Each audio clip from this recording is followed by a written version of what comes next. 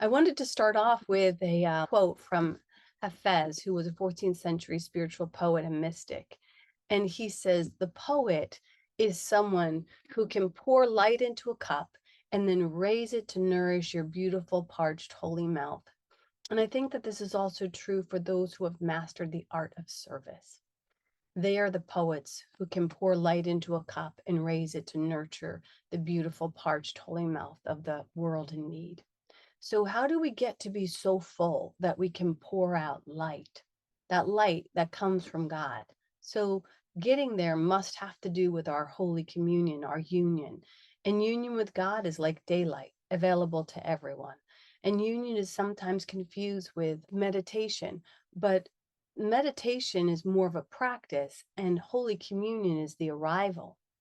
So there are many ways to practice to get to that arrival, that destination that we want to get to, which is like Holy Communion. So you could practice with meditation, but the practice can take many forms. So what way do you find yourself to God? What ways do you find yourself to God? There's prayer, and we're doing the affirmative prayer class. There's meditation, there's contemplation, and then there's service. If service is a path to know God, do we shuffle our feet and do we go disgruntled and reluctantly in resistance like I went when I got the call to open the church? I was like, no. I was like, you got the wrong person.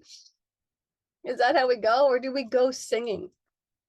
True service is unconditional, where we have relinquished the need for recognition or payment and just give up our time, our talents, and our treasures out of the sheer joy of giving. This is a fading art. I shouldn't say that because, it's done unto us as we believe. This is not a fading art. I think actually more and more people are recognizing the beauty of this practice. So I wanted to start off by inviting you to take a moment and think about, maybe if you have a pen or paper around, think about, maybe write down the people, places, organizations that you are of unconditional service to.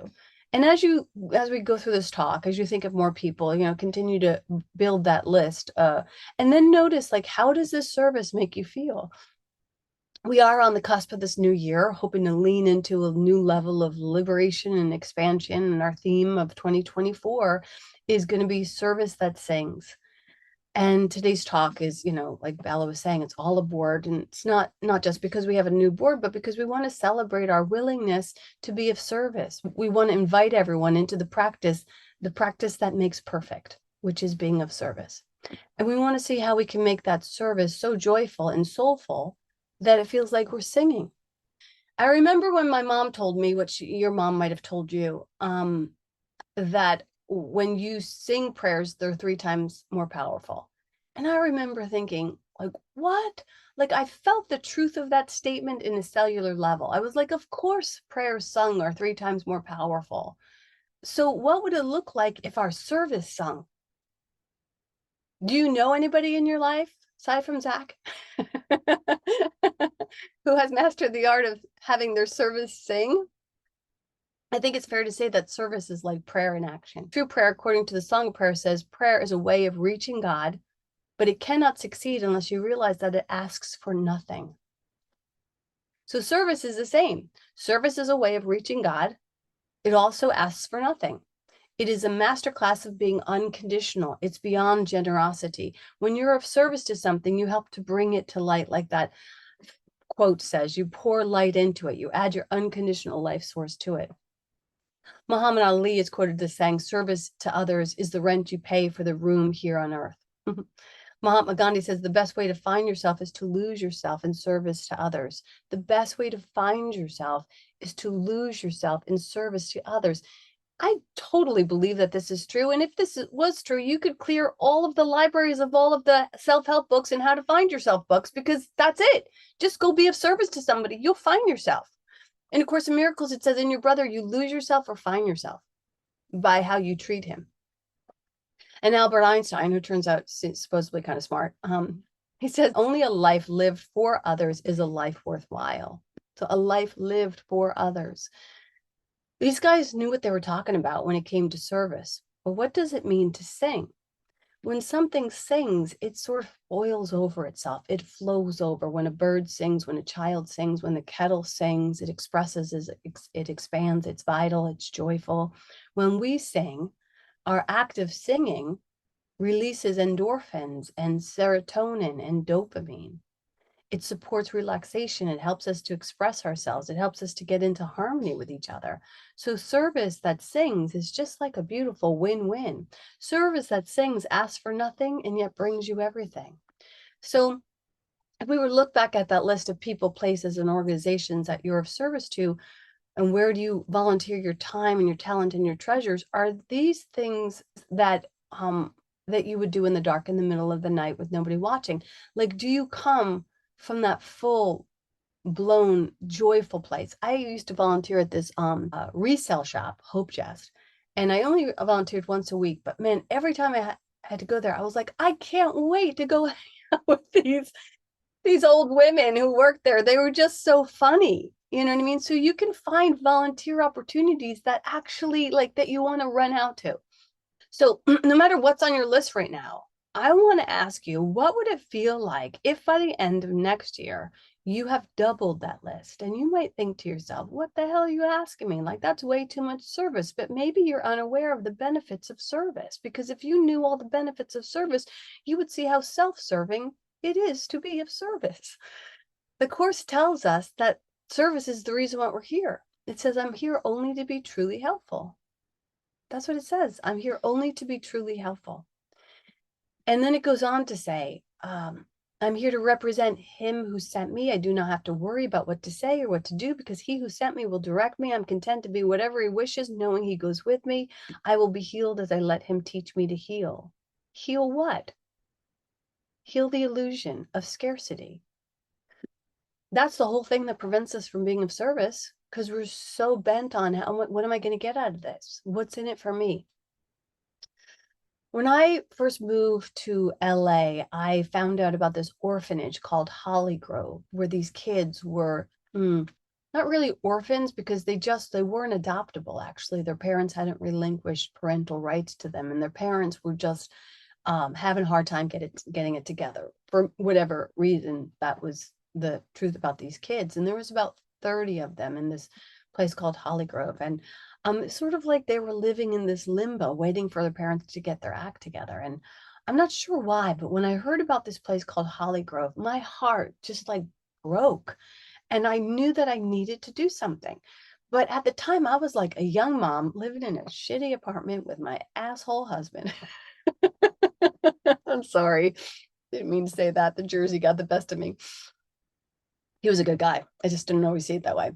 And I had a young son. And, I was kind of working every once in a while as an actor, but not enough to like really make a substantial living at that point. And he was working as a bartender, and we just didn't have a lot. But I wanted to do something so badly that I just got really creative with it. And I knew the one thing that was rich in, and that I had always been rich in, was friendship. And so I went to the orphanage and I asked them to give me a list of the kids' names and anything that they wanted for Christmas. Sky's the limit. They could ask for anything. And then I took that list to my theater company with all my friends, and I said, there's 30 kids on this list. And if each of you take one kid and you cover that kid and you wrap that gift, then we can get this whole list covered. And I'm not sure, to tell you the truth, who got the most out of that activity, because these actors were all, well, most of them, some of them also kind of broke and living in LA away from their families. And maybe they didn't have a ton of time or talent or treasure that they could do something major with, but they could do this one small thing, which actually turned out to be a very big thing, because that might have been their whole Christmas for them. Often we don't do the smaller things because everything seems to be too much. There's a quote by this Unitarian minister, Edward Everett Hall, who says, I'm only one. I've actually seen this quote accredited to, I think, somebody else, but apparently this is his quote. I'm only one, but still I'm one. I cannot do everything, but still I can do something. And because I cannot do everything, I will not refuse to do the something that I can do. So I'm here only to be truly helpful. So what can I do? What can I do?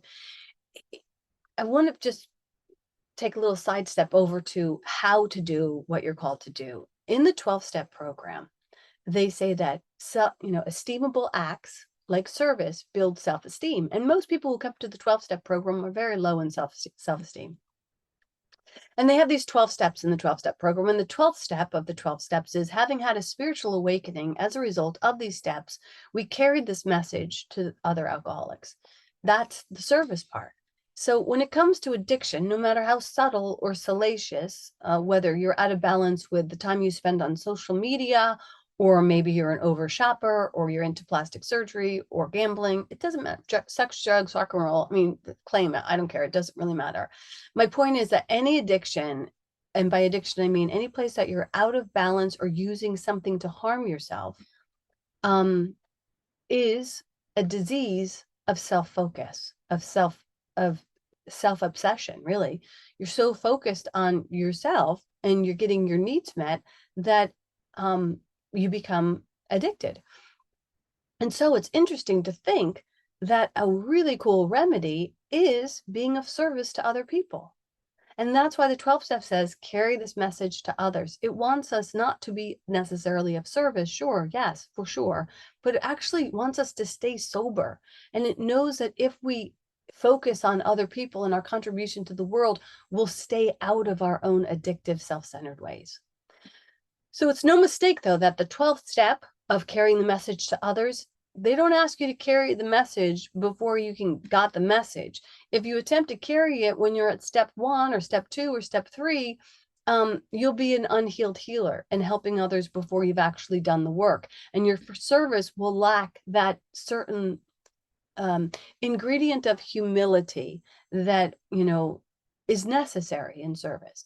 And your service might instead be drenched with a certain sense of superiority. You might not know this. It might not even seem like something you're aware of. I know that my service had been drenched in a few occasions in superiority because I hadn't done the work, and it will make a shit show out of the most good intended experience.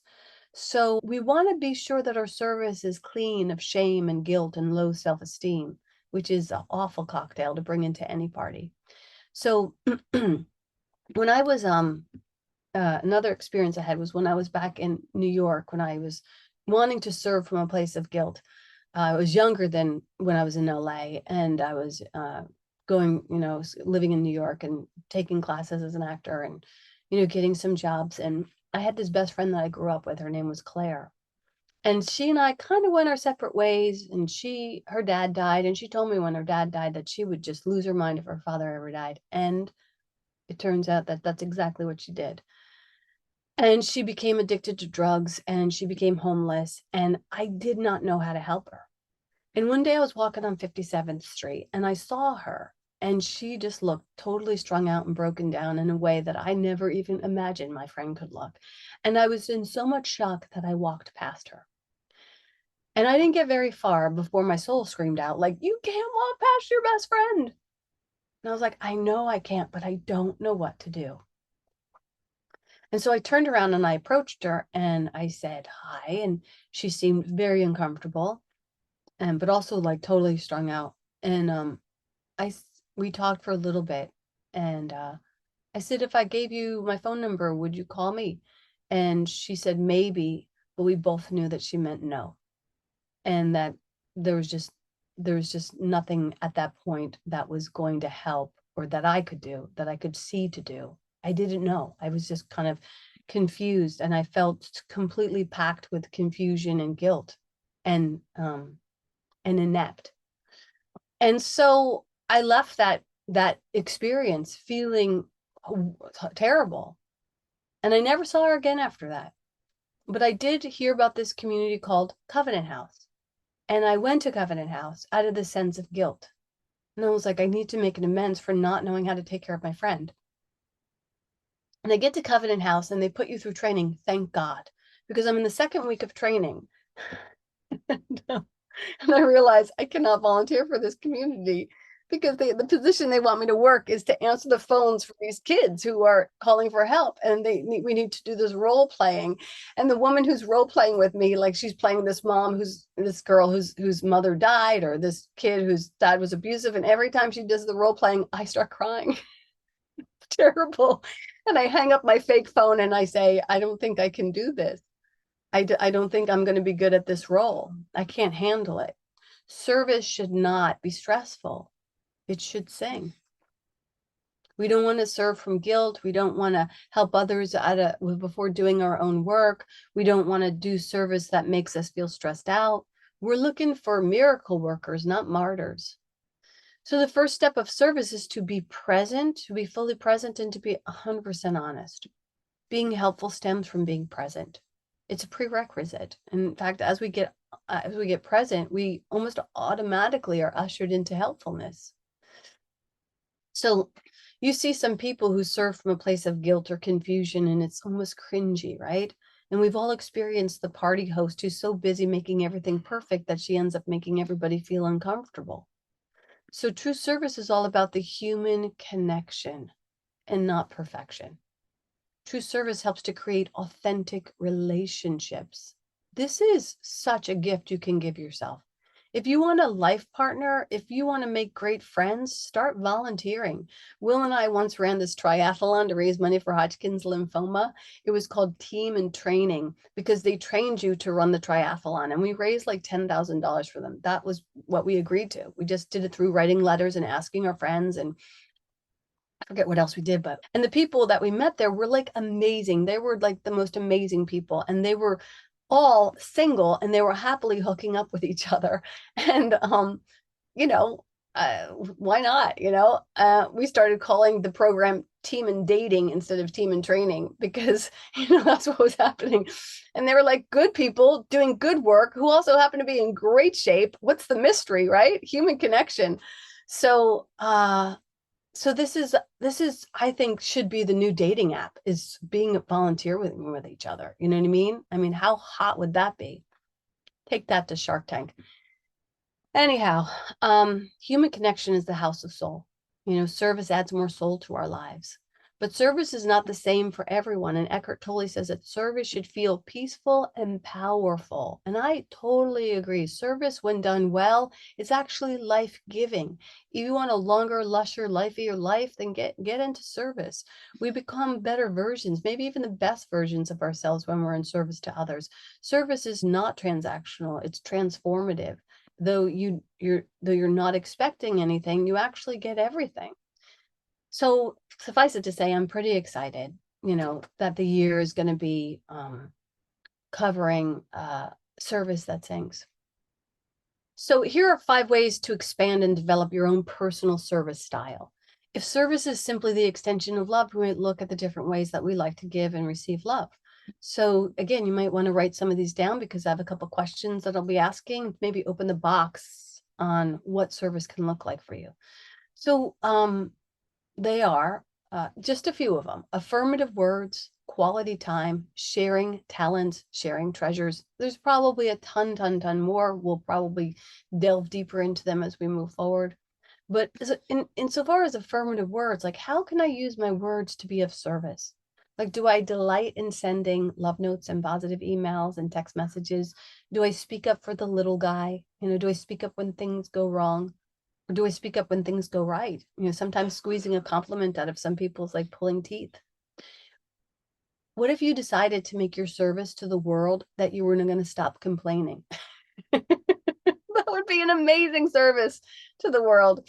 Do you look for opportunities to encourage and to celebrate? Do I offer affirmative prayer to others? Do I give thanks? These are all ways that we can use our words for service. So, ask the Holy Spirit, what are other ways that I could use my words to be of service? Another way is quality time. Quality time is more than just sitting down and eating a dinner together or driving the kids to school. It's about giving your full attention. If you're giving your full attention to your friends and your family and your family members, then all time can be quality time. If you're present in it, all time is quality time. Being of service with quality time might mean that you watch the shows that your kids want to watch, not because you like the show, but because you like your kids. My kids ask me to play video games and do some kind of shows, and I'm like, oh, but that's quality time for them. It's time spent where I'm not divided, meaning I'm not in judgment.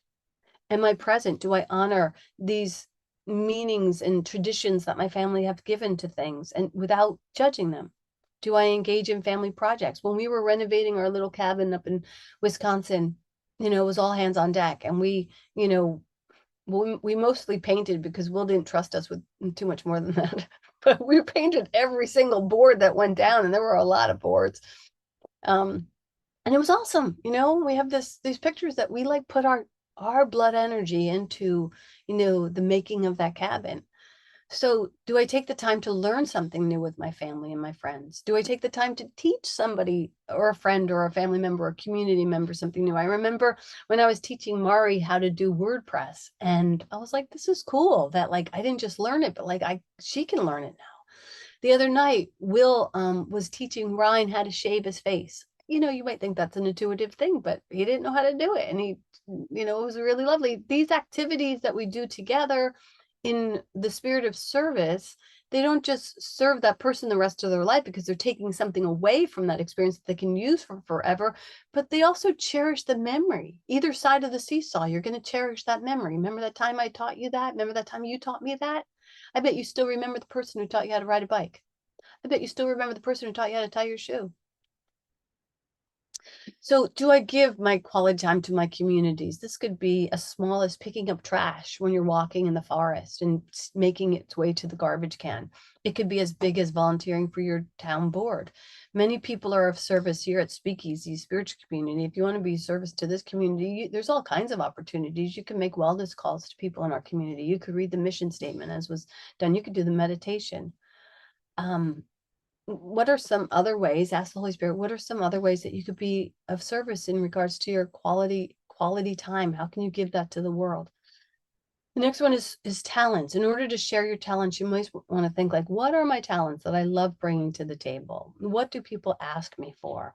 What are your unique skills or professional expertise? If you're a doctor, you might want to do pro bono work. If you're an investor, advisor, you might like volunteer at a nonprofit. If you're a life coach, you could volunteer a few hours at a shelter or a safe house teaching life skills. If you're a singer, you could volunteer to lead sing-alongs at, karaoke events at adult living facilities, which I have done. And I would do all over again because it was crazy beautiful to watch these older people be rolled into the room like dried up old houseplants, and then you'd start singing and they'd wake up and they'd know all the words. It's beautiful. So and next, the final one is treasure. Do you support the politicians that you want to see in leadership? Why or why not? Do you tithe to where you're spiritually fed? Why or why not? Do you give money to the poor, gift cards, or wellness bags? Have you ever had the pleasure of creating a wellness bag for somebody who is experiencing homelessness? It's a really beautiful thing. Do you ever pick up the tab for your friends, or buy the bad chocolate from the guys at the door who are doing a doing a school fundraiser, or the shabby old wreaths from the Boy Scouts, or the cracked cookies from the Girl Scouts? It's okay. You can always regift those things if you don't really want them. But you know what? It's really nice, to participate in financial flow, where you don't have to get something back. So we're widely enthusiastic about this theme. We could go on and on. Hopefully we will unearth some wonderful gifts from being of service. And I wanted to confess that this theme was actually inspired by this current fad that my daughter told me about, which is called the Hard 75. And it's like a list of like 6 or 7 things that you do for 75 days. And they were stick to any diet, whether it was vegan or paleo or whatever, no alcohol for 75 days, complete 45-minute workout twice a day. One had to be outside, drink a gallon of water a day, take a daily progress photo, and then read 10 pages of inspirational nonfiction reading each day. And when she told me about this, I thought, that's not hard. That's what most people in our community do every day. We're out there walking in the woods. We're definitely reading 10 pages of inspiration every day, and we're really good at selfies as well. So some of these things didn't seem that hard. So instead of the hard 75, I wanted to create the easy 24/7.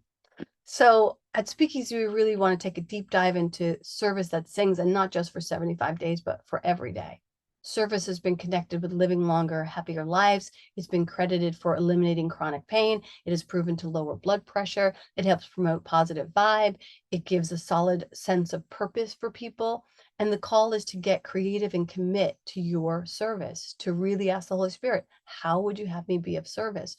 So don't miss out on the benefits. If you're already of service, as many of us are here, then ask the Holy Spirit, how can I make my service sing?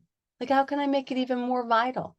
Together in community, as we're going to track our celebrations and our service, our random acts of kindness for the year, hopefully report to the group and what you did, and what did you choose to do, and how the other person reacted, and what you thought the impact was. If you ever saw that movie, What the Bleep Do We Know? They talk about this, like, because you don't even have to do the good act of kindness. You just need to witness it. So if you tell us about the good act of kindness, we'll benefit from that. That good act of kindness will vibrate and expand. So we'd love to have a couple of community service ambassadors who are looking to be of service, maybe a couple of writers who can gather community service stories to share on our newsletter, our Facebook page. And maybe we'll even have an opportunity at service where we'll have a service celebration each week during our Sunday gathering, so that we can all celebrate what we've done and how we've made the world a little bit better of a place to live. So I'm going to end with one more prayer from poem from Hafiz called At the Party. And At the Party goes like this. I don't want to be the only one here telling all the secrets, filling up all the bowls at the party, taking all the laughs. I would like you to start putting things on the table that can also feed the soul the way I do. That way, we can invite a hell of a lot more friends. I love that. So God is inviting us to fill up some bowls, share some soul food, and expand our embrace and play our part in love. That's the word.